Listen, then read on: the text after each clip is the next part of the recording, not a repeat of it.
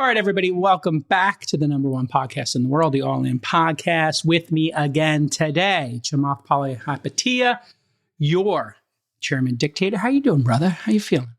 Doing great. Fresh off the holiday spectacular. Oh, good times. And then getting ready for a little ski. You and I will be doing a little skiing together with Friedberg. That'll be quite nice. The three of us on the slopes. I have to say, Friedberg, I don't think you've skied with me and Jason. Jason is an excellent skier. I mean, I've heard. His form have is I beautiful. skied with you, Jason? I don't think I have. His brother is excellent too. They're both Josh, the Black Bomber, is good. Yeah. Shout out to Josh, the Black Bomber. It's going to be Jason's fun. got those hips. He's got skiing hips. They kind of shift left, right, left, right. Yeah. Childbearing it's kind of like when I went the to hips are wider than the shoulders. Yeah. It reminds me of how I went to the Tom Ford when I went to Tom Ford to get my suit. I'll do that in just a second. But with us again, of course, your cackling sultan of science, Friedberg. How are you doing? Have you guys seen that clip of the guy with the fake bum that runs around the cities? Yes, with security guards. It's like some sort of a crypto put on or something. It's hilarious. This guy's got a giant. He's got like a big Brazilian butt, and he just runs around in tight khakis. It's Nick, hilarious. Can you find a clip of this guy? Oh my God, it's so ridiculous. It's so funny. All right, with us, the cackling with his afterglow from the holiday spectacular. Let's call it what it is. It's the Christmas spectacular. We're going to pick a side, Friedberg. How did you like our Christmas spectacular? Why are you being anti-Semitic, bro? How dare you? How dare you? Yeah. You can have the Hanukkah special. We'll do two specials. And now with us in the red throne, it's Fit Sachs. It is stylish Sachs. It is. Goes to work every day in Venture Sachs. His name is Keith Rabois. How are you, my brother? Welcome. Great, Jason. Thanks. Happy to be here. It's great. Being more fit and more fashionable than Sachs is a pretty low bar. Yes. So I'm really excited and thrilled to be with you all now. Let your winners ride. Rain Man David Sachs. We open source it to the fans, and they've just gone crazy with it. Love you, Besties. Queen of Quinoa. And as we love about you, you've got a little American exceptionalism, supremacy, dare I say. You don't F with dictators. That's true. You don't F with them. Yeah, well, I don't really love dictators. They're not good for society. They're not good for America. But, it's not always America's job to fix all of that. All right. Well, listen. What about running companies? Should company CEOs be dictators? Yes, actually. So I believe in the founder mode, the Brian Chesky founder mode. I held a conference in New York recently that Brian was nice enough to speak at called Hiring, the Art of Hiring for Founder Mode. So specifically for people who founders that subscribe to that view, how do you hire people and how is that different than what you would hire in a standard, monstrosity of a company like Google or something? Yeah, good founder mode in New York, by the way, just history, if I remember correctly. Pure, lots of good founder mode in New York. Jacob, do you want to give Keith's background? Well, Keith, of course, went to Stanford with the boys. Sachs and Peter Thiel went on to do PayPal. He had a stint at Square. He started a bunch of other companies. Worked at Founders Fund. Hold on. He went to LinkedIn. That's how it all started. Yeah, LinkedIn was pretty key. Like Reed left PayPal, started LinkedIn. I joined him. So yes, that's true. And then after that, I went back with Max Levchin from PayPal days to Slide, which is on the ash heap of history. We don't have to talk about that. But then I did jump into Square as the 20th employee and helped build a pretty good company. Yeah. And then Founders Fund. Then I got Khosla, lazy. I became a Fund. VC, became lazy, decided to be a VC in 2013, spent 6 years at Khosla Ventures, 5 at Founders Fund, and almost the last year now. Before we jump in, I actually have a question for you. Starting already. How does that happen, Keith? How do you're at Founders, and then you get, what pulled you to go and work with Vinod, and then what pulled you back? Like, how does that process work? Because these things are typically meant to be sort of forever jobs. That's true. So I, had the benefit of having Vinod on the board of Square, which I think is typically how executives wind up turning into VCs. Is you forge a relationship with board members. So like, for example, Roelof Botha, who runs Sequoia, had Mike Moritz on his board. Roelof was our CFO at PayPal and Mike recruited him.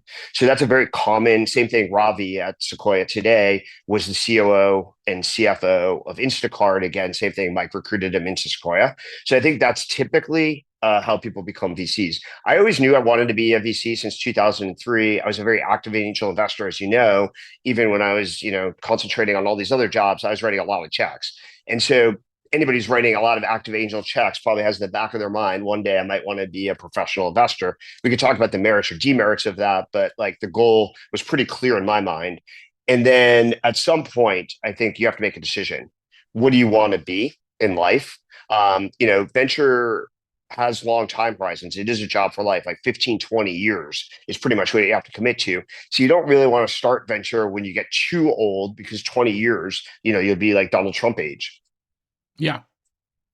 So I can run for president. I can run for president in 25 years or something.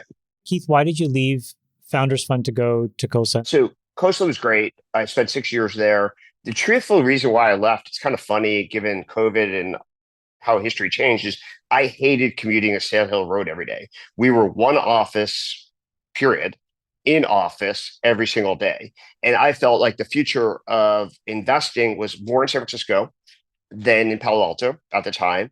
And I just despised sitting in a car 45 minutes each direction. Turns out, COVID changed everything, how people do their work. Like, we're recording this by Zoom. Before COVID, we'd probably all be in the same studio recording a podcast like this.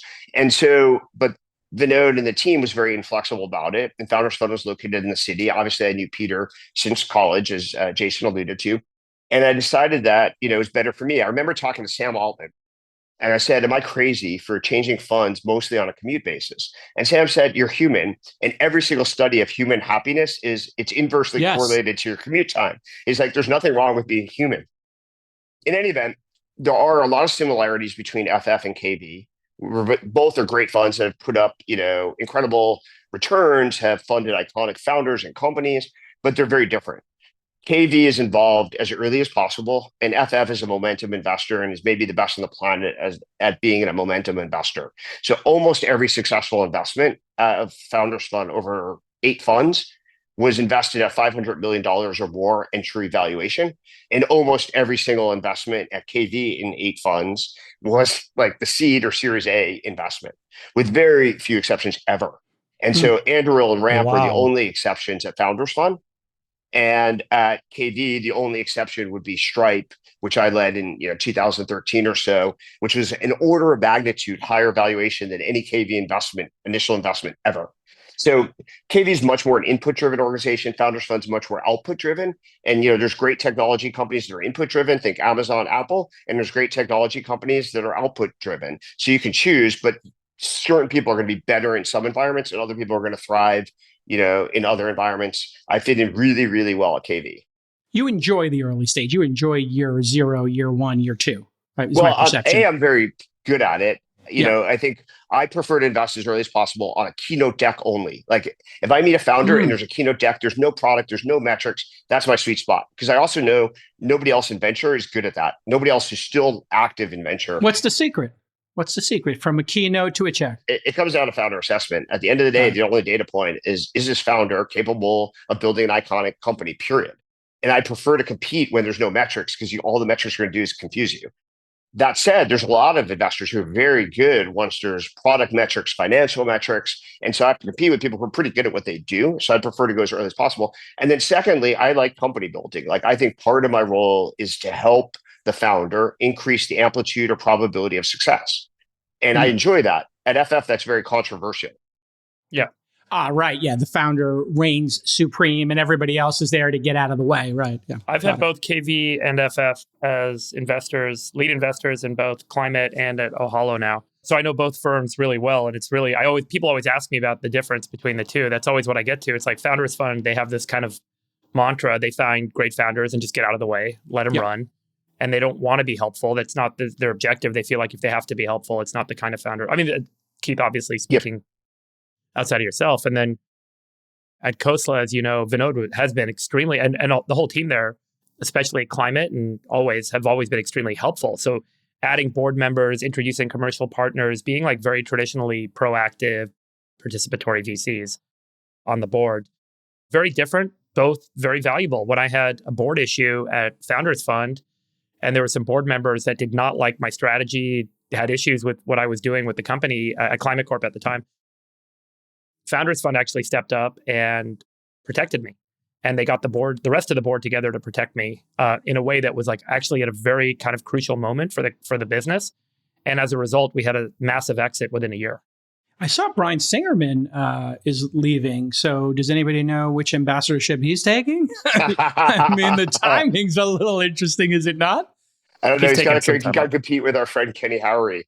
Yeah, Ken Howery. Where is he off to next? Hopefully some great destination. I'm sure. I know, so we can all crash. Yeah, something warm this time. Okay, Sweden's a little bit much. Sweden I'll send in my wish list for you. Yeah, let's go. Like maybe, is there like a Turks and Caicos or something? What about an embassy tour? We should do an embassy tour this year. Yeah, St. Bart's. Do they have an embassy there? St. Bart's. Yeah, that's a great idea. They don't, unfortunately. It's a French protectorate, but. Well, you know what? Everything's on the table now. We could make them the 51st, 2nd, 3rd, or 4th state. I mean, we're in the game right now. Canada's coming on board. Yep. Keith, did you not want to roll in the administration yourself? No, the thinking, I love politics. If you follow my Twitter feed, I pay a lot of attention. I used to be involved in politics before I got into tech.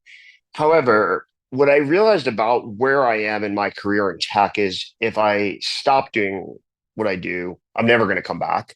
Like technology is rapidly emerging. We're going to talk about all the latest developments this week. Like you can't take your foot off the gas in the network building parts of venture for 2 to 5 years and come back when you're like 50 years old. And so I felt like I'm not ready to give up on venture. I'm in like the prime of my venture career. I'm only 12 years in actually, Chamath. So I figure 5, 10 more years is the sweet spot. And so I'd like to see the companies that I was involved in grow up, become public companies, et cetera. And I didn't feel like I could ever come back if I quit. At some point, would I like to get involved in politics? Probably yes, but it's a decade out. Well, the household's involved.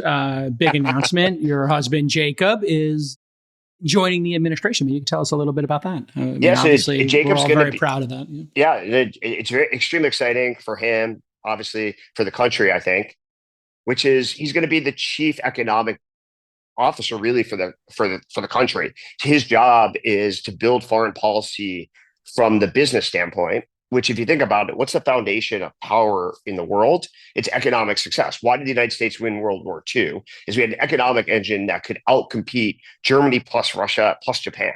We could build more tanks, blah, blah, blah, blah, et cetera. And so the economic engine is critical to this administration. Obviously, Trump understands that. We had a great 3 years under his first administration, as he likes to say, best economy ever before COVID, which may be true. And we need to rebuild American strength. And Jacob's job is to export that, philosophy. And sometimes you can build economic strength through working through foreign affairs. And so that's his main job, is to be the primary point person, undersecretary of economic affairs. And then they've got a bunch, the Democrats and the woke people added a bunch of other things to the title. It used to be just undersecretary of state for economic affairs. And they added like environment and all these politically correct things. So hopefully they'll subtract all that stuff and just go back to undersecretary of state for economic affairs. And interestingly, what's turning out to be interesting as Trump assembles this group, I'd love to get the panel's thoughts on it, is not everybody thinks the same. Jacob's position on TikTok, which we'll get to in this show, very different than some other people in the administration, and even Trump himself flip-flopped a little bit on that. So what are your thoughts as we get started here, just on that assembly of people, including Sachs, obviously, who couldn't be here this week, but will be on future episodes. There's your announcement, folks. What are your thoughts on that, the sort of diversity in opinion in the administration and how that all sorts out? Because some people I have think very it's strong extremely feelings. exciting. Yeah. I think it's very obvious watching from afar that the way Trump makes decision is he likes to ask a lot of people a lot of different questions, and then he makes the decision. That's why he's, to some people, the media enemies, very unpredictable, is he doesn't just take one source of input, and so you can never totally predict the output. But he arrays an interesting cast of characters and listens to them. Like, so, for example, I haven't spent that much time with him, but insofar as I have, he would go around the room and ask every single person at dinner, what's your view on X? And literally go around the room of 28 people and listen to every single person. So I think that's how he makes decisions. X being a topic, not the website X. Not X. Yeah, everybody knows what his opinion on X is. Friend. I think he likes X. Chamath, any thoughts on this, the wider team as we see it get assembled? We obviously don't have Sachs here. He joined the team. But just your thoughts on the collection of characters and executives. Here's an interesting tweet that I saw. Nick, can you just share it with the guys? Oh, net worth of each one. Now, the reason why it was interesting to me was not the net worth per se, but I think this is the first time that I can remember in modern history, at least, that I've been in the United States and following US politics, where such an enormous number of business people have been motivated to come and work inside of the administration. And I think that it creates this very interesting contrast and compare. I think that the Democrats would never have assembled a group of people like this, even though the Democratic Party has a version of this chart that they could have made. There's a lot of extremely talented business people that support the Democratic Party. The problem is that they believe it's deeply unfashionable to get strong, competent business people to take a pause in their business career and come work in government. And you almost look down on people that are successful. Whereas the Republican alternative here, if it creates a movement, so to speak, so that subsequent presidents tap folks on the shoulder, I think we'll be much better off. And the reason is pretty simple. I think that the United States economy is too complicated to be managed by theoreticians, by folks with random PhDs and absolutely no working experience in the real world. And when you bring those people in to oversee those PhDs, I think you probably get better outcomes. So I hope this becomes a standard, which is ask these very talented, clearly demonstrated, successful people with judgment to hit the pause for a year or 3 or 5, whatever it is, step into government, help the country, and then go back. And this was what the founding fathers, Dave, actually prescribed. This is what they wanted. They wanted people who were in business to do a tour of duty, to serve their country, and then to get out. They were not interested in career politicians, correct? I've said this a number of times, but all of the founding fathers had jobs, had professions, and they stepped in to serve their country as a civic duty, participated in the process of executing the responsibilities of government, and then stepped out and went back to their private lives. I think it is such a more powerful model for government than people who choose to be politicians, to represent people as a living, because it creates extraordinarily nasty incentive structures if that's the model, which is, for example, to curry favor with private industry participants and then go cash that favor in after you leave. And I think that this alternative where you have people who are, everyone looks at them and, oh, they're all billionaires and so on.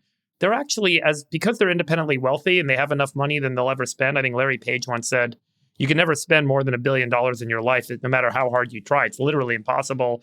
People think like, oh, you could spend all that money. Actually, when you buy stuff, most of the stuff you buy are capital assets that you end up selling later. It's very hard to spend at that level. So when you have people that are truly independently wealthy, their motivation is actually quite different than someone who's trying to make it from 100K to 500K of net worth or 50K to $1 million of net worth. And I think it actually creates a higher degree of freedom, and it aligns the people much more in the long-term outcome of government rather than their own personal interests. And they're just smarter. So I'll give you a simple example. Maybe we'll talk about this later, J. Cal, I'm not sure. But when I saw the DOJ's theoretical guidance on the Google antitrust matter, their idea is to divest the browser. And I kind of scratched my head thinking, would any reasonable business person think that that was the right remedy? Meanwhile, 3 weeks later, Google's like, here's a super chip in quantum computing. Here's the quantum computing that breaks the world. Yeah. And I thought, how is it that these folks are so disconnected from reality that they don't understand what's actually sitting inside this company? And I think it's in part because they don't know the right questions to ask. And the reason they don't know what the right questions to ask is they've never worked in the real working world. We have a professional class of politicians, and their understanding is 10 years old. But it's not just politicians. This is also bureaucrats. So my point is, these folks need to get off the sideline and work in a company for a while, know the bowels.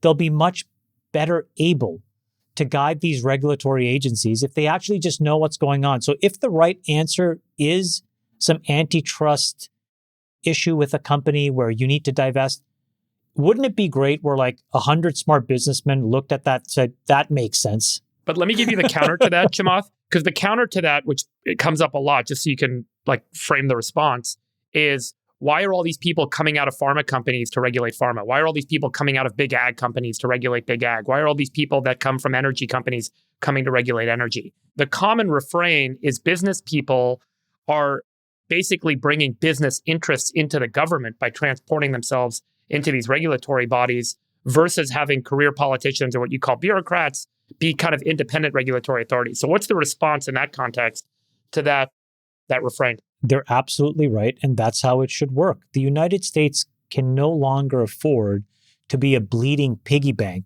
for bad ideas.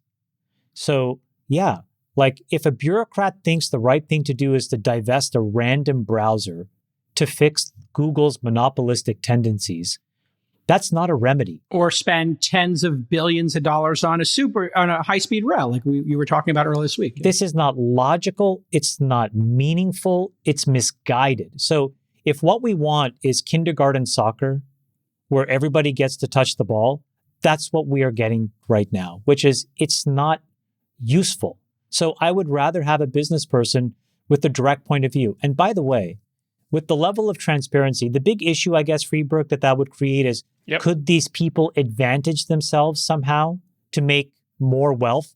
But the reality is that would be so obvious and laid bare. What happens today is they burrow at this mid-level of an organization and they do exactly this, but it's not laid bare. Yep. So I'd rather be a transparent where some guy tries to take the government for $500 million and we castigate that person than what's happening today, which is you slip in the back door, you get paid $400,000 or $500,000 from a company, then you come back to the government, then you go back. Nobody knows who these people are. Nobody knows the decisions they're making. And they're altogether misguided because they're not grounded in an understanding of the real economy. Keith, where do you fall? Yeah. Well, I share, actually, you're both right in some ways. If you look at who's Trump's picked, these successful people, they're not typically being assigned to industries they came from. So it's not like he's taking he's actually taking the opposite. Like you think of RFK, for example. So I think you can take successful people who have proven themselves through merit. Like I think that's one of the other benefits of the real world is the only way you get ahead is you're in a Darwinistic experiment with other people that are comparable. And to be successful, you have to outthink, outwork, et cetera. And that shows up ultimately in promotions and net worths and various other metrics. So Trump has taken a lot of successful people. And I think we want a society where we aspire for our kids to be successful. We want to emulate successful people. That'll yield more success. Like having Elon involved in the government will yield more success than, if you penalize successful people, you stigmatize it, you get less of it. So I think if you transplant successful people into industries that they're not from and that they have no interest in going to after the government, you might get the best of both worlds. Because I can see some of the critiques of, you're regulating, your friends' companies and you're going to make money later. That said, most of Trump's people are not going to do that. You can also pass laws like, you can't lobby, you can't work for X years after. There's also this great data point. I think it's in the last 60 years, Trump is the only president whose net worth went down after office. Every other president that, took a relatively modest net worth or mediocre net worth and turned it into the stratosphere. So if you think about the president as the, signature example, it's great that Trump is setting the opposite illustration. Well, we've discussed this on the other pod, Keith, a couple of times, which is domain expertise can be an ankle for a founder. You got a founding team that works in the hotel business. They're going to look at something like Airbnb and say, this will never work. You got somebody who worked in transportation. They're going to look at Uber and say, that'll never work. They'll look at PayPal if they worked in finance. And they did say to you and the team, that's never going to work. Yeah, I think it's critical in venture to not really fall for that trap. I always mention that I don't like people with expertise typically as founders. I think, and when I call due diligence or call experts, I only ask one question, which is, what is metaphysically impossible about this working? Like, is there a law of physics that I don't understand that makes this actually impossible? And if they can't isolate a very specific principle that makes it, or fact that makes it actually impossible, then I just ignore everything they say and, write a check. Yeah, because then it's just all vibes and opinions, et cetera. So, well, they're experts in a prior world, right? They've learned Sure. why not. And this is actually like to combine a couple topics here. The reason why Trump is so effective. So the most interesting question to me over the last year was, how is this guy who everybody in the media and everybody in, the legal groups of various things is trying to attack and hate, and all these people publish these, books. Why is he on the precipice of being elected president of the United States twice? You must have a superpower or two. Most people do not get elected president of the United States twice. And most of the people who are attacked by everybody who has power in the establishment definitely do not get elected president twice. So when it came down to, and I interviewed a lot of people who are critics of him, but knew him well, like ex-cabinet people that don't like him, it comes down to, he just asks a lot of why. Like, why do we do this? Why do we have to do it this way? Why have we done it this way? And it turns out in politics and in DC, most of the answers are pretty mediocre or weak or poor or haven't been rethought for 20, 30, 40, 50, 60, 70 years. And so he just constantly dives in and says, why? And that's actually what predicts success for founders, is in a domain they don't know anything about. They're just like, why? Why do we take these hotel things for granted in the Airbnb case? Why should they be so expensive? Why should scarcity, prevail in New York for 4 months of the year, et cetera, et cetera? All right, let's get to our docket. We got a ton of stuff to get to. Google's new quantum chip is super impressive. Friedberg and I were talking about that on the group chat. On Monday, Google announced its latest quantum chip. It's called Willow. Here's the chip if you haven't seen it. It's beautiful.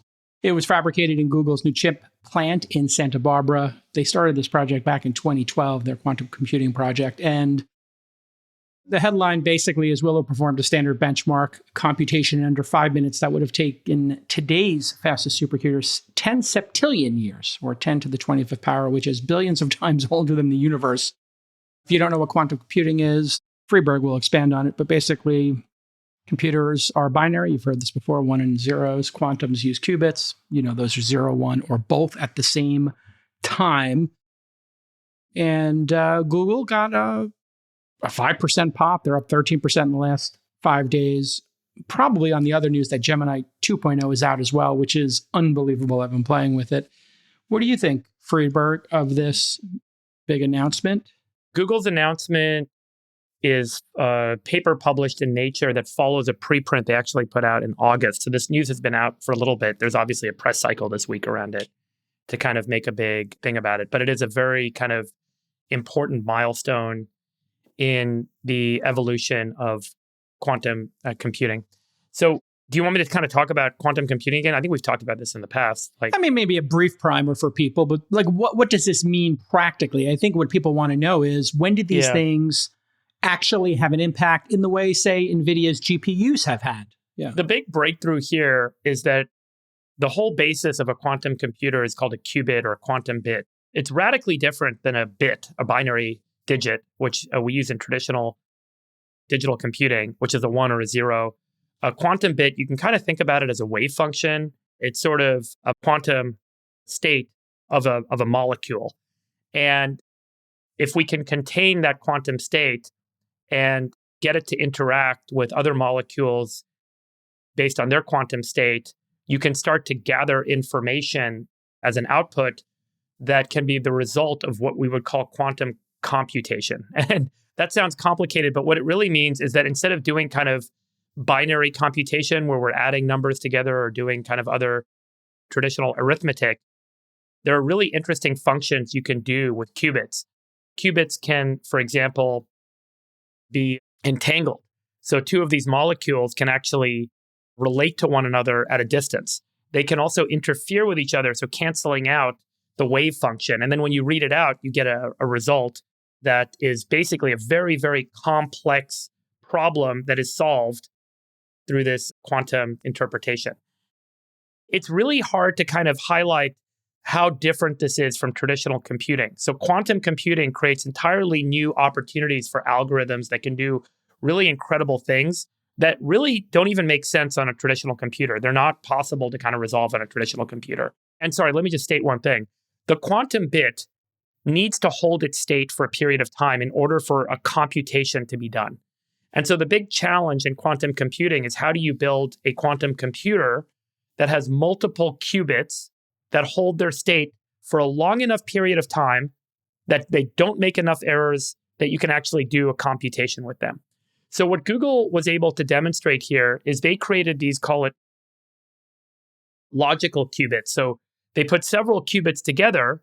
And by putting several qubits together, they were able to kind of have an algorithm that sits on top of it that figures out, hey, this group of physical qubits is now one logical qubit. And they balance the results of each one of them. So each one of them has some error.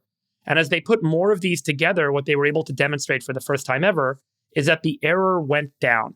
So when they did a 3x3 qubit structure, the error was higher than when they went to 5x5, and then they went to 7x7, and the error rate kept going down and down and down. So this is an important milestone because now it means that they have the technical architecture to build a chip or a computer using multiple qubits that can all kind of interact with each other with a low enough fault tolerance or low enough error rate that they can start to do these quantum calculations. This is a big area of opportunity. One of the very interesting areas that a lot of people are talking about is in cryptography. So there's an algorithm by a professor who was at MIT for many years named Shor. It's called Shor's algorithm. And in 1994, 1995, I think, around that time, he basically came up with this idea that you could use a quantum computer to factor numbers almost instantly. And all modern encryption standards, so all of the RSA standards, everything that Bitcoin's blockchain is built on, all of our browsers, all server technology, all computer security technology is built on algorithms that are based on number factorization. So if you can factor a very large number, a number that's 256 digits long, theoretically, you could break a code. And it's really impossible to do that with traditional computers at the scale that we operate our encryption standards at today. But a quantum computer can do it in seconds or minutes. And that's based on Shor's algorithm. And if you want, there's some great YouTube videos that describe Shor's algorithm and how it works. But it's like mind-blowing when you look at it. It's like this really like non-intuitive but simple set of steps that when you put them together on a quantum computer, it's like this thing can instantly figure out all the factors and then you can break a code. One of the things that this highlights is that in a couple of years, theoretically, if Google continues on this track and now they build a large-scale qubit computer, they theoretically would be in a position to start to run some of these quantum algorithms like Shor's algorithm. And so we're now kind of spitting distance or a couple of years. It's not really clear. Is it 3 years, 5 years, 7 years, but a couple of years away from having computers that theoretically could crack all encryption standards. And there are a set of encryption standards that are called post-quantum encryption. And all of computing and all software is going to need to move to post-quantum encryption in the next couple of years. So there's like this big kind of push now to like, how do we do that? How do we accelerate it? I saw Sundar post it. I saw it in my feed. I ended up missing my next meeting because I had to figure out how long will it take for us to crack the encryption standards that we use for Bitcoin. Nick, here's the answer, because I was so tilted by this idea. So if you think of Willow as essentially like one stable, logical qubit equivalent in a chip, we need about 4,000 to break RSA 2048. And we need about 8,000 to break SHA 256, which is the underlying encryption framework for Bitcoin. So I think you're right. I think we're in the sort of like the end game, 2 to 5 year shot clock. No, I mean, I think what'll have to happen is some of these chains will need to obviously re-implement something at a pretty foundational level. The weird thing, as Friedberg says, is like the Willow chip's error correction gets better the more of these things you start to use together. Now, there are some really big problems inside these chips, like logical interconnects are very complicated. If you put two chips on a board, like the C2C communication is all this stuff that we haven't figured out how to do. But this is a big deal. And I was really like, oh my God, what's going on here? Other projects at Google are finally landing. You have It's Waymo, really incredible. And you have this now. I mean, Project Loon might be gone, but I think those projects, we're going to see a couple of them change the world. Yeah. Just to give you a sense on the numbers, like Google's target for fault tolerance on a quantum chip to make it logically useful is 1 × 10 to the -6. Right now, this Willow chip is kind of running at 99.7%. So it's still a few orders of magnitude away. They have a long way to go in getting the fault tolerance low enough to actually build logical gates using qubits that can resolve kind of computational output. And so there's still a build cycle ahead, and that pathway is a little bit unclear. But what they've shown is this almost feels like the Shockley transistor moment. It's like, here's this exactly right. Here's this transistor. Now everyone's like, you have a lossy transistor, and then you'll figure out p-in junctions. You'll figure out all of these ways of just like getting the error correction down. But by the way, this reinforces what you said before, which is it's hard for an outsider like us to comprehend what's really happening inside of Google, because the business they've built was able to fund this. I mean, and I went down a rabbit hole because I'd never heard of who this guy was that runs this, Helmut Nevin. He's in Santa Barbara. They have a whole team in Santa Barbara. They've been running for like 10 years. He has his own law, Nevin's Law. And then I went down the rabbit hole of that. But what's amazing is, so valuable for humanity, Google had the money to fund him for the last 12 years. Exactly. And the greatest money printing machine of all time is paying dividends. Yeah. But isn't it great to know that Google takes these resources from search, and sure, maybe there's waste, or maybe they could have done better with the Black George Washington, or maybe they could have done better with YouTube. But the other side is they've been able to like incubate and germinate these brilliant people that can toil away and create these important step function advances for humanity. It's really awesome. DeepMind is on that list as well. Keith, what are your thoughts DeepMind, about Yeah, so I think, first of all, I think there's a long time before this becomes a commercial product or application of any sort. So, it's great that they're taking money, but think about it as like almost like Stanford takes money or the US government funds basic research in some ways. This is at least a decade out kind of thing. There's another, this area way beyond my expertise, but I've been talking to a lot of smart people because I do financial services innovation. And obviously encryption is pretty critical, whether it's Bitcoin or other places. And there's a couple concerns. One is it's not even clear that you can verify that this is true. By the way, like standard computing, to explain sort of the magnitude of difference, standard computing would take 10 to the 25th years to verify that what Google announced is accurate. So there's a chance that it's not even true. But for the sampling test they ran. Yeah. Well, So the RCS, they think about that, to your 10 point, to the 25th number of years. That's the big, I think, hole in the whole RCS benchmark that they use, that it only is, it's a framework that only a quantum computer could theoretically even So how do you know the solution. answer's correct? Is I guess the And then, question. okay, if yeah, it then to takes be that long to solve. And then to be practical, like, so assuming you solve all this and it's accurate and blah, blah, blah, you make it fast.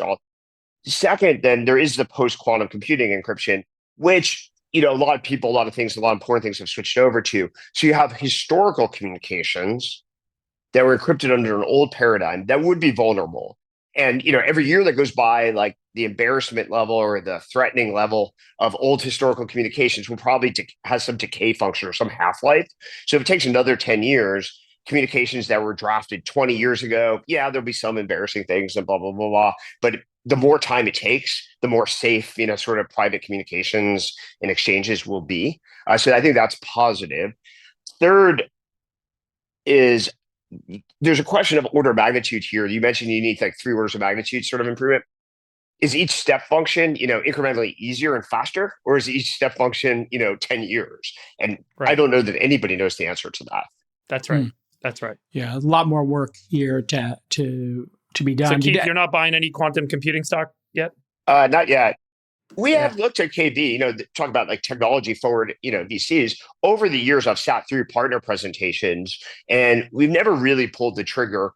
There's other reasons, like including like, even if you have quantum computing, you have to rewrite software on top of it from it's a completely different, world. And nothing maps at all. Nothing. So you're starting from scratch. Yeah. So you have an application layer, which might be actually an interesting business opportunity. Yeah, how are these things actually going to be coded, and how are developers going to interact with them, if at all? Maybe by that time it'll just be AI running. How do you the build code a on them. compiler? Who the hell knows? How do you build a language properly? These are all complicated. Yeah. Who's going to write the basic? Who's going to write like the Microsoft basic? The interesting thing is there's a lot of work that's been done in this space. Like thinking about quantum computing and quantum algorithms is like an entire branch. People do spend a lot of time thinking about this and working on this. And there are ways you can kind of simulate and test and start to build out models for how you could utilize quantum computers. But obviously, we just don't have industrial scale systems at this point. There was one interstellar Marvel Easter egg in their announcement that I wanted to get your thoughts on, Friedberg. Google said that this massive jump in performance, quote, lends credence to the notion that quantum computation occurs in many parallel universes, in line with the idea that we live in a multiverse. So Is that somebody in PR is high AF or reads too much science fiction? Dude, you know the crazy Break this thing down for us. So the crazy thing about quantum physics is such a mind. Have you guys taken quantum mechanics? I have not. I have, yeah. I remember the summer I took it, like the first quantum mechanics class, and I was like glad it was a summer course because you really have to like think like pretty deeply about what you learn in quantum mechanics. There's just nothing about it that's intuitive.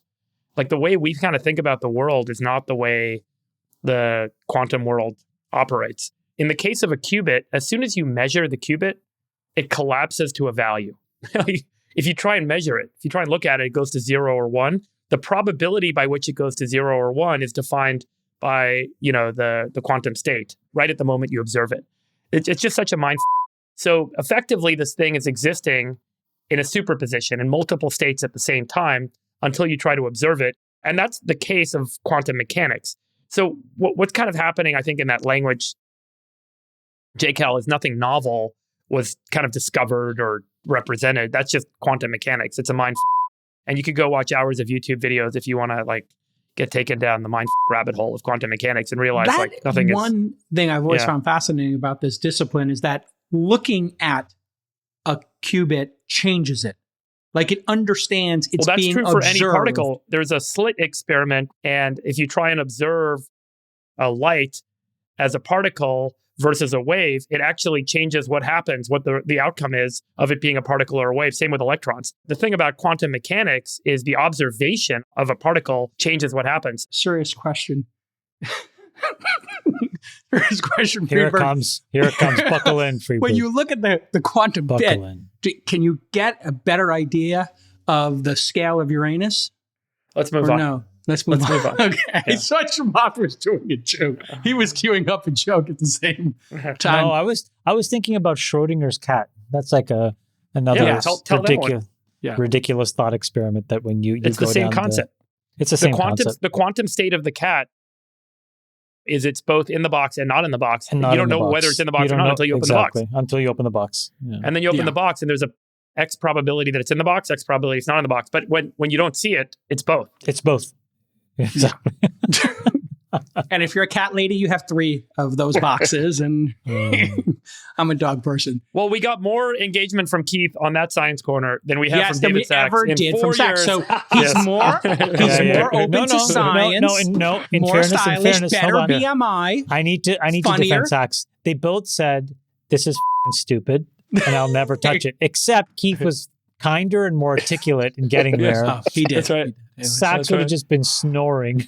Yeah, he would have done this. He would have done his move where he goes stupid, and then like he would have done his next topic.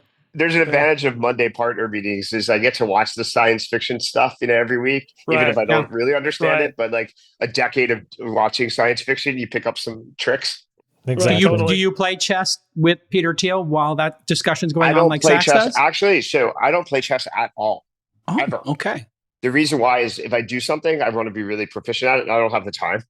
Got it. Also, you have a life. Yeah, right? I like to do other things. Things in the real world, etc. Big shout out to Gukesh D, my Indian friend, 18 years old, new world champion. I saw chess that. world champion. Wow. Yeah. Do you know world champion? Was he playing Magnus? Is that who he played? Every brown guy that's done any random useful thing in the world, we all know each other. We're in a huge group chat. Oh, is it really? Yeah. It's just how it is. What's the name of the group chat? Isn't like the top 10 tech companies? The group chat's name is What Can Brown Do For You? What Can Brown Do For You? Okay, there it is. Also, UPS is filing a trademark infringement case. Hey, speaking of chip news, Apple is making its own AI server chips for internal use. A report just came out that Broadcom and TSMC are helping them develop AI inference chips. Inference chips like Rock, Chamath, and there are obviously GPUs like NVIDIA. GPUs, those are like the giant dump trucks that help you build large language models. These inference chips are kind of like speeder bikes, motorcycles, quickly getting you the results from those same ones. It's called Baltra. I don't know what that's in reference to. Mass production in 2026. They don't plan on selling the chips. They don't plan on cloud computing.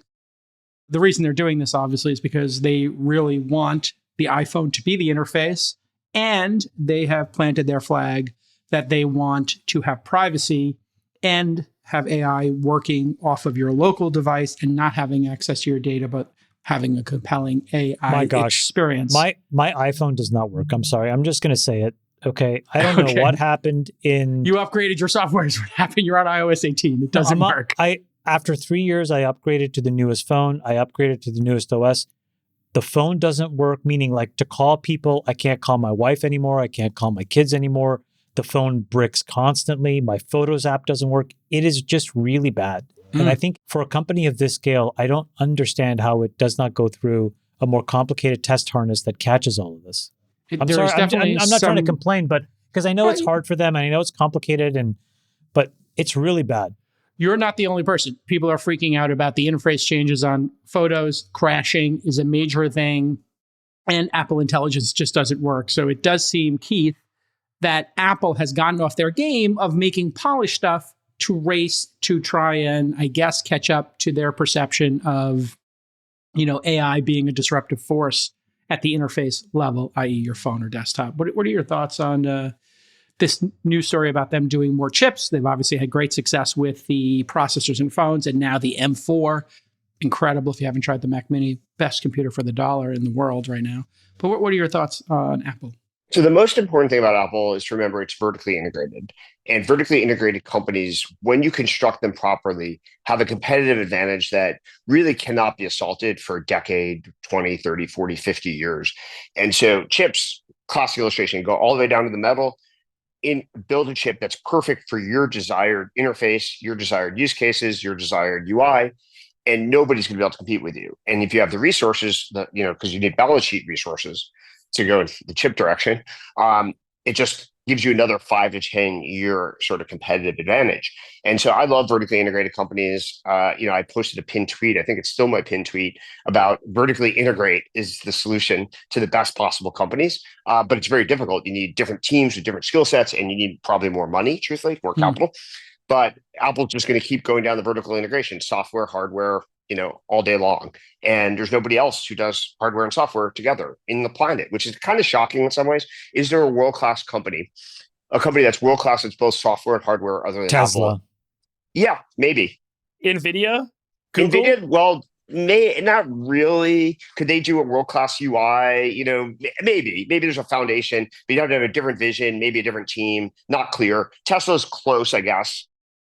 I'd say the software's good. If you define software as it touches a consumer, Tesla, Apple, in some ways Google, maybe Meta with the Meta glasses. Trying, attempting. You can't say NVIDIA because I think NVIDIA touches the consumer through an app that then sits on top of CUDA, which I think that's a brilliant strategy for them. But it would be Apple, then Tesla, and then a long tail of people. Right. So anyway, this is the point. Apple has a lot of competitive advantages that they've been actually leveraging for about 15 years now. And even back then, Steve, there's some old great Steve videos. I'll see if I can find you a clip where he talks about this very intentionally from the 1990s. When he came back to Apple, he said, we're doing vertical integration, basically using those words of software and hardware, and there's going to be nobody else that can compete with us. I think it's in an interview he did, it's published in the Company of Giants, I believe. And he's perfect on point. He just followed that strategy for, the next 25 years. Now, you're seeing some of the manifestations, though, of a competitive strategy that gives you incredible advantages is you get very sloppy in other places, especially over time, because you have such great competitive modes that you don't have to compete at the cutting edge of this. Like the Photos app is completely unusable. I'm the biggest Apple fanboy in the world. Like I remember interviewing once with a job for Tim Cook, and I walked in and I said, he's like, why you're interested? And I said, well, I own every SKU of every product you've ever produced, except I don't have every color of each, iPod. And he was like blown away. But now like my Photos app is completely unusable. So I totally understand, the frustration. And they're showing like the decay function, culturally and otherwise, that eventually somebody will figure out an angle to rip them out. Yeah. I'll tell you, we talked about dictators at the beginning of this, Chamath, and obviously this is your wheelhouse as a dictator yourself, is, there has to be a constant fear that some a-hole is going to come to your office and be like, what did you do to the Photos app? And that fear does not exist inside of Apple. It's not like the MobileMe. You ever hear the MobileMe story where he brought the MobileMe team in? He said, how is MobileMe supposed to work? They said, well, it's supposed to back up everything. When you buy your new phone, you get everything. You never have to worry about losing a file. He slammed his hand down and said, well, why the F doesn't work that way? Fired the person, brought the next person in and said, now make it the way he said it's supposed to be, game over. I don't think Tim Cook's doing that. Johnny Ive's not there. And obviously Steve Jobs not there to terrorize people. Well, I don't think you don't need to necessarily terrorize people, but I do think you have to go through UAT. So I think it's pretty reasonable when you have a large footprint of consumers using an app to go through user acceptance testing is like first base. And typically what happens is you can do a process of a few months where several 100,000 people get it all over the world. And as long as you do an okay job of getting a decent distribution of people, this would have come out. But I want to just talk about what Keith said as well. It's literally not just photos. It's like the phone doesn't work. So there are just core structural issues with this operating system now that makes the iPhone maybe 10 to 30% less usable. And that's really frustrating. The command center, when you pull up your little command center to change the brightness and your AirPods, it's just like, what are they doing here? I mean, by the way, so do you need a chip? Do you need a machine learning chip to do inference to figure out that when you constantly run your phone at a certain level of brightness, you should just allow the phone to be at a certain level of brightness? Yeah, stop changing the damn brightness. Why does it this is not complicated software engineering, guys. No, but this is my point. There's no arbiter of taste anymore. Taste. Who is the backstop? Who says no? Yeah, let me pause, double click on that for a second. So I think taste is great if you have it, but there's only so many people on the planet that are going to have, cutting edge taste and be right. If you don't have taste, what most tech companies do is they use data. Right? Data is something that's approachable and leverageable. Because Apple has the antibodies to using data to measure success with the user experience, to measure whatever success. If you subtract taste even by a bit, you don't have the scaffolding that every other company would use. And so you see the worst of both worlds. That's a great take. That's a great good take. You just go off the rails, right? You go off the rails. So Keith, you think that what happened is like when Steve Jobs isn't there and Johnny Ive isn't there, there's still a bunch of folks that probably think they have taste, but the real taste folks left and there's really no scaffolding left to the scaffolding you had at Facebook Meta, obviously, or that Google uses, would catch some of the stuff without a doubt. No doubt about it. You know that users are less thrilled and they'd use things less, and you'd fix it. And maybe even you take that to an extreme. You never develop taste. Like I could argue that about Google or Meta, they don't really have taste. But you could argue the paradigms. But fundamentally, if you don't have that backstop, if the taste subtracts even 10%, not all the way down, you're just not going to catch this stuff. And I think there's only how many people in the world really have cutting edge technology, user experience, taste? I don't know too many. I would fund them right away. It's Brian incredible. Brian Chesky might have it. It's an incredible point because if I'm being really insecure, I would want to say, oh yeah, no, we had a lot of taste at Facebook back in the day, but actually we had so much scaffolding around data, probably because intuitively we knew that was way more reliable for us. It's more predictable, scalable. It's certainly more scalable, right? Like you take Steve out, you don't need a dictator, but you do need a taste, and taste is artistic. The same thing in venture, like scaling venture funds is really, really challenging because early stage investing is more like taste than data driven. And later stage, you can use data and scale it and scaffolding. So I think there's just fields. It's a little bit also, you see like these sports teams, like this happened at Stanford when Jim Harbaugh left. It took years for the decay function for like the next coaching regime to show they were completely incompetent. Like the next year, they're pretty good. The next year, they lost one more game than they should have. The next year, they lost two more games than they should have, blah, blah, blah. And then eventually they became like horrible. And there's a decay function with an organization when you take out the person who is the original thinker or the leader or the dictator or whatever. And so I think some of this is showing up now. And then, playing on a field that's not favorable to them, which is there are advantages Apple has in AI, but there's some significant organizational structural disadvantages. And that's the field that people are going to be competing on for the next 5 years from a consumer perspective. And they're playing on a field where they don't have all the advantages in their favor. Yeah. Yeah, true. Let's go to the app level here. TikTok is scrambling right now after an appeals court upheld the January 19th deadline red for meat for divestment. Keith. Here we red go. Meat. Back Keith Rabois, in red April. meat. Here we go. I refer you to my Twitter feed, my ex feed. I mean, you and Jacob must sit. I mean, what do? You just sit at dinner and feed the kids and then talk about TikTok and China. Well, I think wish TikTok's could pretty be fun. obvious. Like, you don't even have to have a conversation. In my view, like TikTok is a threat to the national security of the United States. And that's why. Why? Explain to people who are like, it's 100%. Just an app. It's just an 100%. App. Why? Well, so I think there's different dimensions. One of the problems is there's so many things wrong with TikTok that actually sometimes people get confused because there's not just one. It'd be easier sometimes if there's just one thing. So they are definitely using the app to track data about Americans. And there's evidence that regardless of what alleged protections exist, there are people in China monitoring what certain people in the United States are doing. And the CEO lied under oath to congressional committees about this, and the evidence is now in the public domain.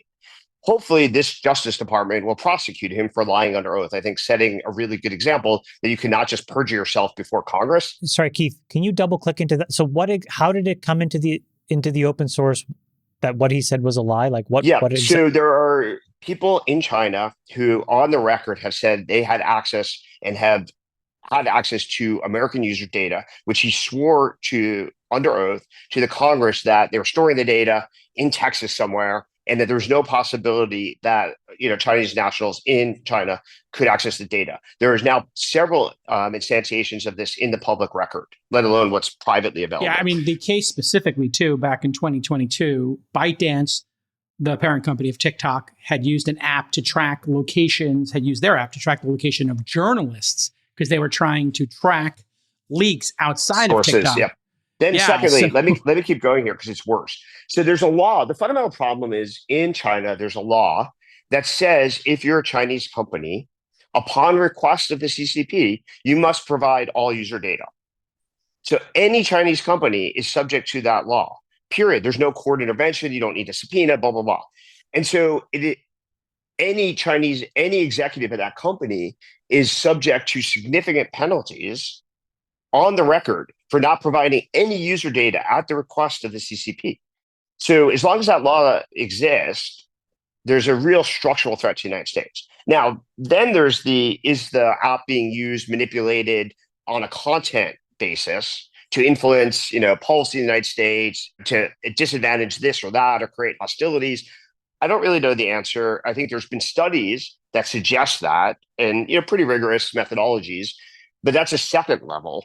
And then third is there's why the hell are we allowing Chinese companies to compete with us when no American content-based organization is allowed into the Chinese market? Reciprocity. Whether it's Meta, Google, X, there's a strong argument there that Reddit, if you don't allow our content or non-Chinese content into your market, why should we be enabling Chinese companies to be successful, in quotes, in the US market? And that's more of a fair trade, free trade. Keith, do you think that the Pegasus spyware that can infiltrate WhatsApp so that you can turn on the mic and listen remotely, and it has no fingerprints, it's very difficult to detect. Do you think an equivalent, let's call it a backdoor, exists inside of TikTok?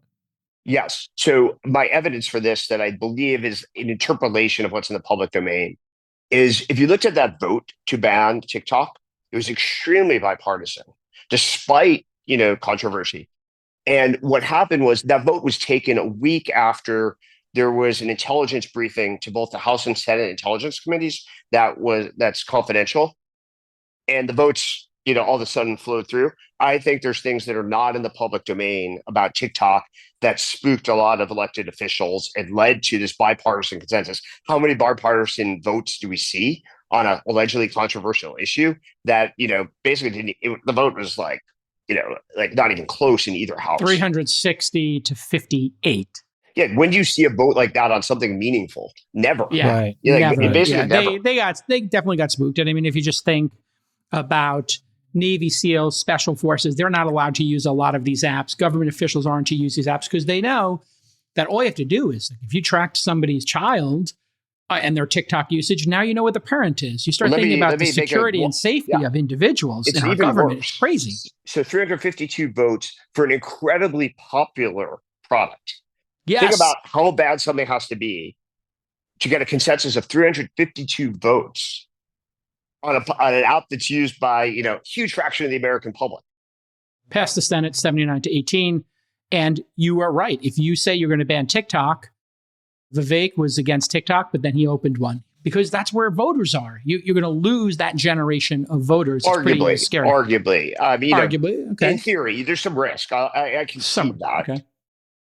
Biden can, if he's awake, extend this window by 90 days. I don't know if Grandpa is up for it, but he could extend it a bit.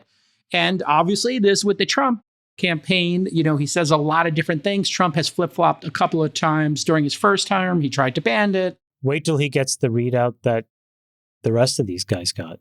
Yeah. And then he had a mega donor and TikTok investor, Jeff Yoss, gave Pax $50 million, and he owns 15% of it.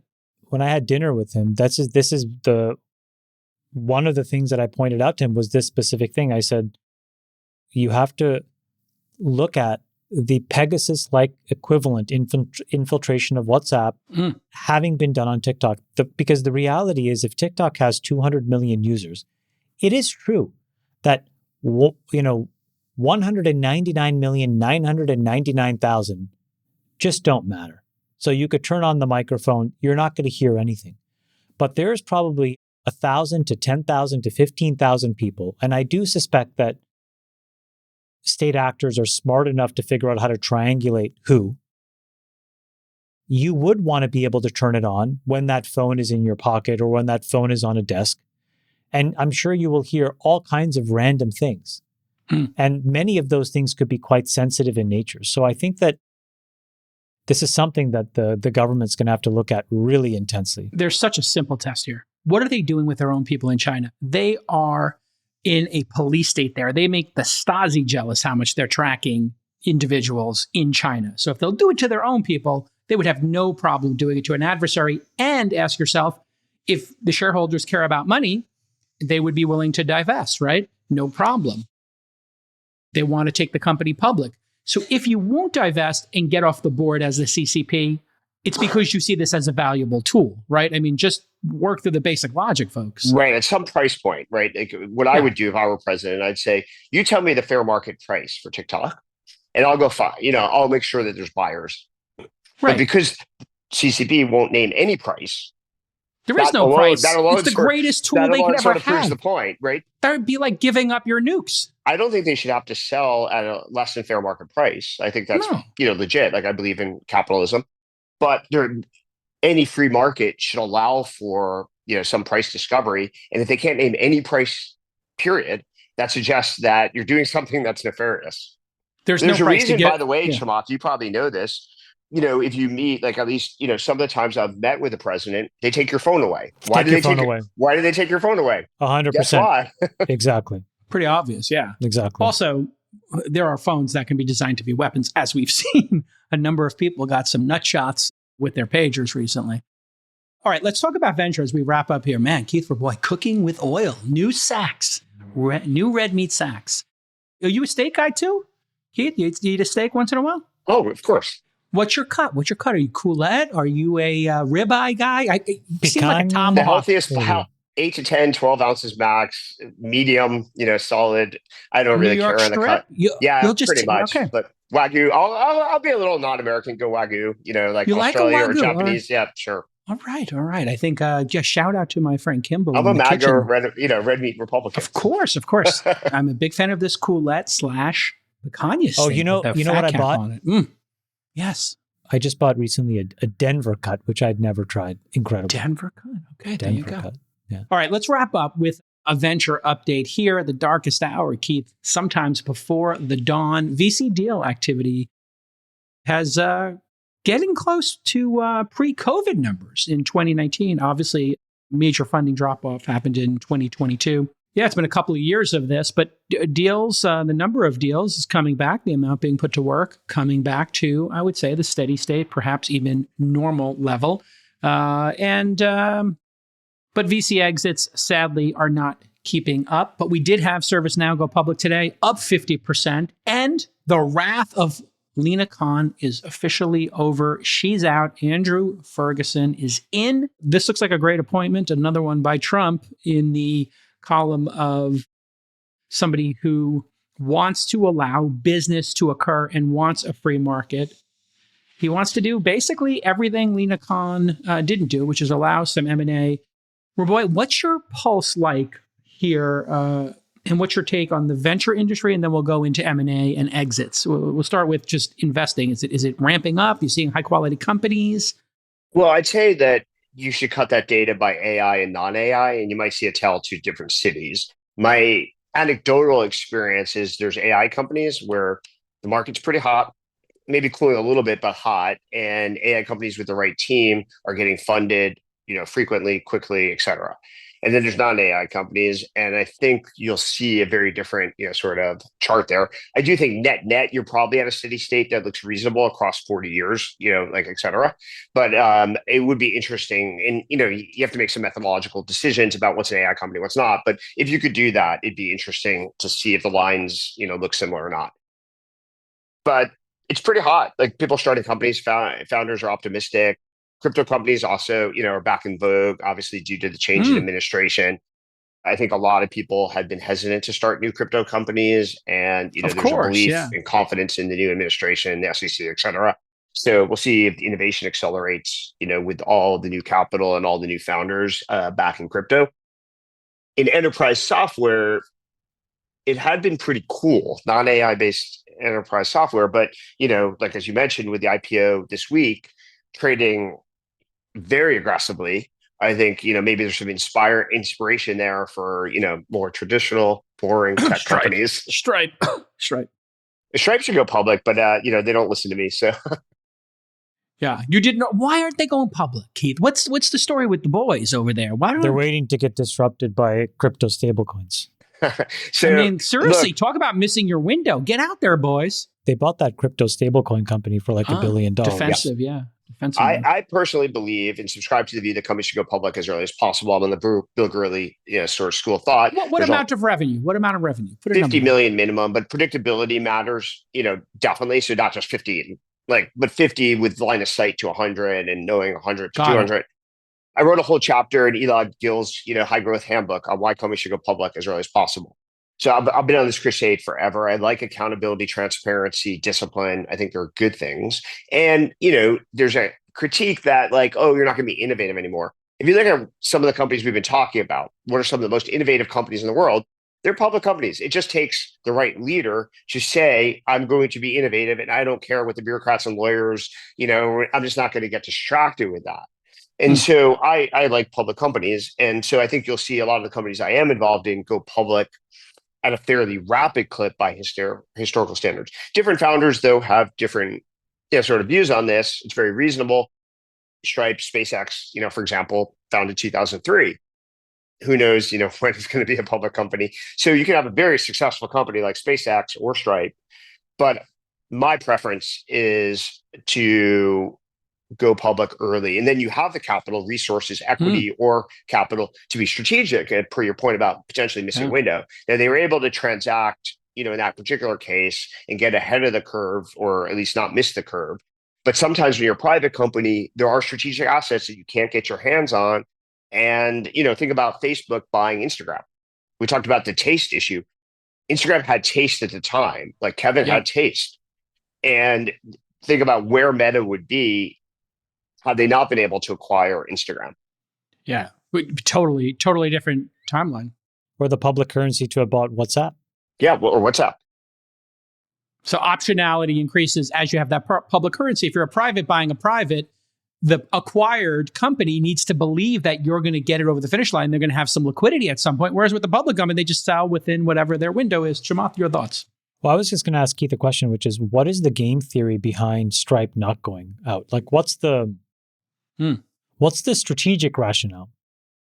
Honestly, without sharing one-on-one conversation sort of stuff, I think the question, the burden, they inverted the burden, which is why should we go public? A lot of people ask the question the opposite way, which is, why wouldn't I go public? I think they're first principle thinkers, like per my point about Trump, and I think true of Elon, they ask like why, and they're like, well, what advantages would we get? And I actually think the M&A one is very real. It is but now, I think they've been able to construct alternatives to most of the advantages, but not every company is going to be able to do that. It took a lot of effort, energy. And then the question is, would you substitute that energy into something else that might be higher value creation if you weren't like, creating the alternatives to a public structure? That is a great answer. Freeberg, your thoughts here on public markets, M&A, the end of the wrath of Lina Khan, and what we might see in the new year post January 20th? I disagree with the conflation of Lina Khan into all this stuff too much. She's a big company break apart kind of mandate. It has nothing to do with tech M&A, small, like the typical kind of deal flow stuff that I think you're focused on. I've said this a number of times, so I'll just say it again. But I think on the general liquidity thing, I don't think that the thing holding up acquisitions and IPOs is markets. I actually think it's investor and board expectations on valuation relative to where they put money in the last couple of years. So if you look at the valuations from 21 to 23, early 23, so much money went in at such high prices. Those investors can take those companies public today. There's a public market appetite at all times for anything, just depends on the valuation. And the real issue right now is that a lot of the VCs, the late stage private equities, the ones that did the big markups in the late stage D rounds, E rounds, et cetera, they don't want to take these things out and take a 60, 70% haircut on the IPO. They'd rather kind of let this thing sit private and see if they can earn their way back into the valuation that they did the mark at when they put the round together. So I 100% agree. 100% agree with this. Yeah, I mean, there is, these overhangs are very real. I don't think the exit liquidity dearth fundamentally is driven by markets. I think it's just driven by the sell side and the investor expectations. But there's also a culture thing, I have to say, like in talking to a number of like the leaders of these public companies that were very inquisitive in M&A, they are taking the position, it's easier for us to build a competing function, a competing adjacency than do any tuck-ins. They just told the corp dev people pencils down, and they are not wanting to spend a year or two on a deal when they have a breakup fee, when they see what happened with Adobe, or they just think, well, why don't we those just are big build deals. it ourselves? Those are big deals. The small deals are different. The small deals are more, the small deals are the fact that over a couple of years, like Google bought a cybersecurity, like there are these acquisitions that happened at 800 million that maybe should have been done at 200, 250. And again, it's the same problem that the sellers of the high quality companies demand too high a premium, that the buyers of these rational scaled companies are like, that's not worth it. Just like IPO candidates. So I don't know, Keith, if you've got a experience. I agree. Well, I also agree. So I used to be an antitrust litigator, which I know Jason knows. And I think I hate the current leadership of the antitrust division. I called her a fraud, and I think she is intellectually a fraud. Why? Why is she? Well, she published a paper that was false. Her whole claim to fame is this paper about Amazon, and the data in Amazon, the data she used in the paper at Yale was false and intent. She's too smart to have done it accidentally. Benedict Evans wrote a good critique of it if you want to read all about the data. Second thing is you look at Amazon, which is this alleged quintessential example. Have you heard of Shopify? Shopify is one of the biggest success stories of the last decade, right down the middle competitive with Amazon. And there was nothing Amazon could do. They lost the core market to a competitor that was started and, went public at a very low valuation. And Shopify is dominating D2C commerce. Nobody builds a D2C commerce brand except on Shopify. So everything about her is like a fraud. 100%. That said, I don't believe that what she's done has affected, exits very much at all. Because the truth is in high-end venture, like institutional venture capital, other than the WhatsApp and maybe a plot acquisition or something, one every 2 years, you don't drive returns in venture to an institutional venture capital fund through an M&A. WhatsApp may be the only one that really drove a fund returning exit to a serious fund. It just doesn't happen that way. I need IPOs to return our funds. Our funds are billions of dollars. You don't get returns on lots of acquisitions at $50 million to $100 million. Yeah, but a $300 million fund can. Yeah, but most funds have ballooned for lots of reasons. There are a lot of big ones. Yeah. And that's actually led to some of the perversity that David talked about. And if the funds get large, their tendency to do these things also increases. So yes, a seed fund can drive returns on M&A acquisitions that might be deterred in a bad, hostile administration. Yeah, But that's my can a venture experience. fund of $500 million to $2 billion drive returns through M&A? No. No, I mean, they could fill in the first 1x maybe. Yeah. I've been lobbying officials for a long time on this crusade. They come in and they expect that, M&A, blah, blah, blah, blah. And I'm like, no, I could care less. Only my most mediocre companies are acquired. And the IPO window has started to crack open. Just to give you a couple more data points, gentlemen. WeRide, the Chinese-based self-driving car company, went public on the NASDAQ last month, $4.5 billion market cap. Pony AI, another Chinese-based self-driving car company, went public in November. Klarna plans to go public in the US. I think they quietly filed Service Titan today, the taping of this on Thursday. And Shein, the fast fashion company. Well, Shein's going to have some real problems in the new administration. Yeah, right. Tariffs. As we wrap here, that's a good place to wrap on. What do you think of, I guess, two issues, Keith? We'll end with politics since we started there. Two things seem perplexing to people in finance. One is tariffs and how that's going to work. And the other is inflation and what the impact would be on 15 million people being shipped out of the country and the impact that would have on inflation vis-a-vis the unemployment rate getting even lower than the historic low it's been in our lifetimes. What do you think of those two issues? Take either one. Well, I think, first of all, the Treasury Secretary understands this. Like, I think Scott actually, from everybody I've talked to, I don't know him, but I've interviewed about 10 or 12 people that are very successful on Wall Street. And every single one of them universally has a claim for him. And they've all made points to me that these kind of subtleties, he really does grok. And so when he says you can raise tariffs without inflation, he understands how all this substitution works and is running an equation in his brain. He's a very successful trader, and that's a really good skill. Per also Chamath's earlier points about Darwinistic evolution of brilliant people being successful, understanding how the economy actually works, he's perfect. So I think you're going to see real tariffs, like especially against China. And the Trump administration is completely committed to reducing inflation, the cost of eggs, in groceries. Mm-hmm. And I think those things can be reconciled. I know amateur economists, with random degrees from Wharton don't think so. But as Trump pointed out in the debate, and, JD Vance pointed out with some research, his first administration imposed all these tariffs and there was no inflation. And then JD Vance pointed out that the Fed Reserve has a study that says, housing prices, which are a primary driver of affordability for a normal American, are inflated because of illegal immigration. So I think this administration and not making more units. I mean, well, I think this administration, yeah, there is substitution, right? If the price of 1 gig goes up, consumers typically have, unlike people on this podcast, typically have a limited budget. And at the end of the day, if one price goes up, you have to substitute somewhere else. So the net inflation might be negative even. So in any event, this administration is not naive. And the people that Trump has put in place to drive this in Treasury, the National Economic Council, absolutely understand this. And they're committed to driving down actual prices. The hardest area is going to be healthcare. That is really, really difficult. And it is a major driver of costs to a normal person. And Obamacare has been a disaster. The question is, what do you do about that? And I don't have an answer for you right away. I have some ideas. Chamath, your thoughts on tariffs and/or immigration and inflation? And that seems to be a place where even across the aisle, you got people debating it. I think Keith said it pretty well, which is that we do have a lot of experience with how tariffs can be implemented, and that the practical experience is not what the fear-mongering is about. That being said, I think the devil will be in the details. Which markets, for which goods, what is the tariff and why?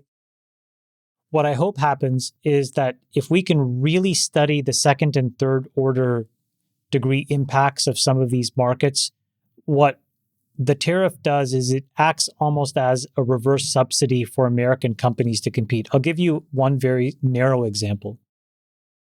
If you believe in electrifying the American economy, one of the underlying things that you need are electric motors, right? Electric motors and electric batteries. And just to double click on electric motors for a second, electric motors needs a permanent magnet. If you look inside of a permanent magnet, there are these rare earths that are just required to make these magnets. But as it turns out, it is impossible for any company that is not a Chinese company to be able to manufacture these magnets in an economically viable way.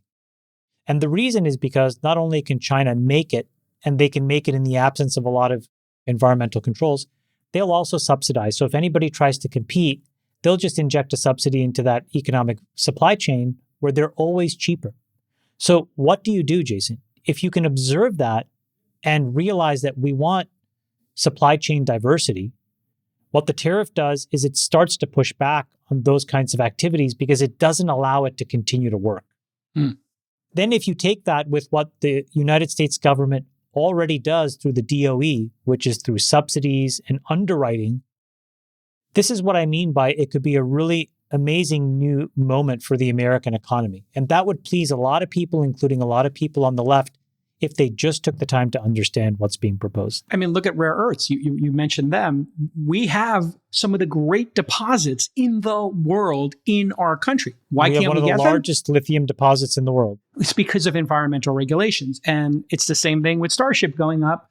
We got a lot of regulations in this country. I understand people want to do the right thing, but we also have a lot of debt. And if we could start mining rare earth metals here and maybe loosen the regulations. The lithium supply chain is another really good one that's emblematic of all of this. But there are so many other markets. Like I'm sure that if you looked in something that's a little bit more down the middle, like appliances, what you would also see is the same thing where Whirlpool will try to make an appliance or Bissell will try to make a vacuum cleaner. And the Chinese equivalent makes it almost like fighting uphill. And there has to be a way to course correct that. Well, I mean, look at BYD. Some of these cars, they're just copying wholesale everything Tesla's done in their design and feature set, and they're half the price. And so they're selling really well in countries that allow them, and they would decimate U.S. automakers and German automakers. If By the way, were. a different version of this. I wrote this in my weekly newsletter, but I was curious why these Chinese models are so good. And I was like, the training of these models seems to be quite fast. The quality of these models are really good, the Alibaba model, etc. And part of what you realize is when they do their training runs, the Chinese models have no guardrails in the sense that there's no copyright checks. No. There's just none of these things that otherwise slow down an American company to make a useful model. They don't have any of those things. So that's another example where maybe there's not an economic tariff, but there has to be a simple reciprocity. And in the absence of reciprocity, I think it's reasonable to say that there needs to be checks and balances. Freeberg, anything to add there on tariffs? Or, okay, 4, Chamath Palihapitiya, your chairman dictator, the Sultan of Science, and Newsacks, better BMI, hates dictators. What's your take on Ukraine?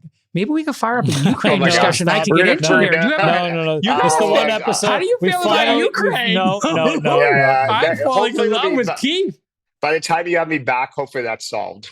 Hopefully that's solved. Day 1. We're going to solve it on day 1. Okay? Keith, you were excellent. You were tremendous. Excellent. Keith Rabois, excellent husband, very, very effective, great American. Great host, great co-host. Awesome. You may have heard of 2 words, all in. Okay, you may have heard of it. David Sachs, brilliant crypto. I mean, we didn't even dive into crypto. I mean, people are going a little nutty on this crypto. What do you think about all this crazy crypto going on here, Keith? Everything's spiking back up. XRP, Bitcoin. What do you think of Saylor? I know the Saylor fans are like obsessing about him coming on the pod. What do you think of Saylor taking these loans to buy Bitcoin and then other people are following suit to put it in their treasury? Well, short version on crypto generally is I still think the primary use case is speculation. And not that there's anything wrong with that. People speculate on stocks, retail trading. People speculate on football games, gambling. Like the natural tendency for humans to want to speculate is very real. The art to me is because everybody's now a node connected into these crypto, let's call it Bitcoin, can you build an application on top that would have too much inertia, too much friction to start from scratch, but it has real value? And I think it's possible because so many people are now connected based upon speculation initially. So that's what's exciting to me. But, we've watched speculation before in crypto markets and, it's very volatile. So hopefully someone builds real layers of productivity or utility on top, but takes advantage of the network. It's a little bit like back in your days at Facebook, Chamath, you had the social graph and you'd say, you can build applications on top of the social graph. But if you had to create a social graph from scratch, that was a heroic effort and nobody else was going to do it. That was like literally the Facebook monopoly story.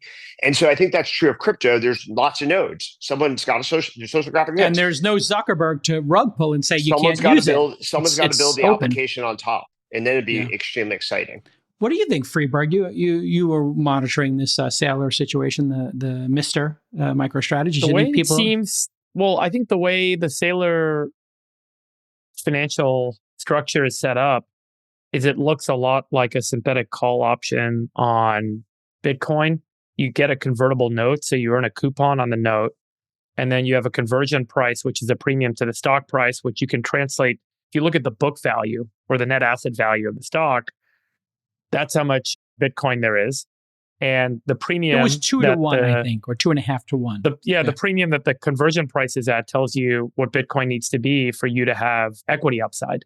So it's effectively a convertible note. You earn a coupon, and then you have a conversion premium that you can kind of convert to equity, which basically gives you a call option. You're saying the premium you're paying is the price for the call option, effectively.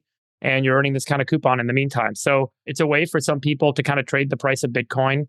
Seems like this guy said a lot of hedge funds, and I don't know if you guys saw the CNBC article, that it's kind of like, or Bloomberg, it's like the hottest trade in hedge fund land right now is to buy up these convertible notes that he's issuing. So if you actually were to sit down and do the Black-Scholes modeling of the value of the synthetic call option that he's selling you with the convertible note, there's a reason people are paying for it. They think that there's value there. So there's certainly something to the structure that makes sense. All right. So for your Sultan of Science, the dictator, and Fitsax here. Low BMI, low heart rate. What's the heart rate at right now, Keith? 40 to 42, measured by 8 sleep, a typical day. 8 sleep. Wonderful. What do you think of our Knicks, by the way? So good. We'll see. So I don't know if I would have made that trade, honestly, but for Karl Anthony Towns, really? Yeah. Fascinating. He's playing so good. I know, but I think he had the chemistry all dialed in, and hopefully they can build back better, unlike Biden. Build back better, absolutely. All right, listen, we'll see you all next time. Don't worry, Sachs isn't going anywhere. It's just a little bit busy right now. There's a transition going on. Sachs is transitioning, and we'll see. The pod will transition as well. We'll see what it looks like in the new year. We have a good lineup of co-hosts. We're going to do 8 weeks. It's going to be All in Idle. All in Idle is occurring. We're rotating people in, and you get to vote, audience. Keith, that was great. Thank you. You did great, Keith. Thank you. Awesome. Thank you for joining us on short Really notice. excellent. Really Excellent. Yes. Glad to be with you guys. Love you, Talk boys. to you soon. Love you, boys. Bye-bye. Bye-bye. We'll let your winners ride. Rain Man David Sachs. And instead, we open source it to the fans, and they've just gone crazy with it. Love you, Besties. Queen of Quinoa.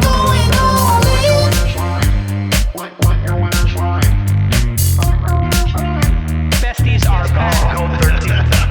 That is my dog taking a notice in your driveway. Oh, man. My haberdasher will meet me at Clinton. We should all just get a room and just have one big huge orgy because they're all just useless. It's like this sexual tension that they just need to release somehow. Wet your beak. Wet your beak. Wet your feet.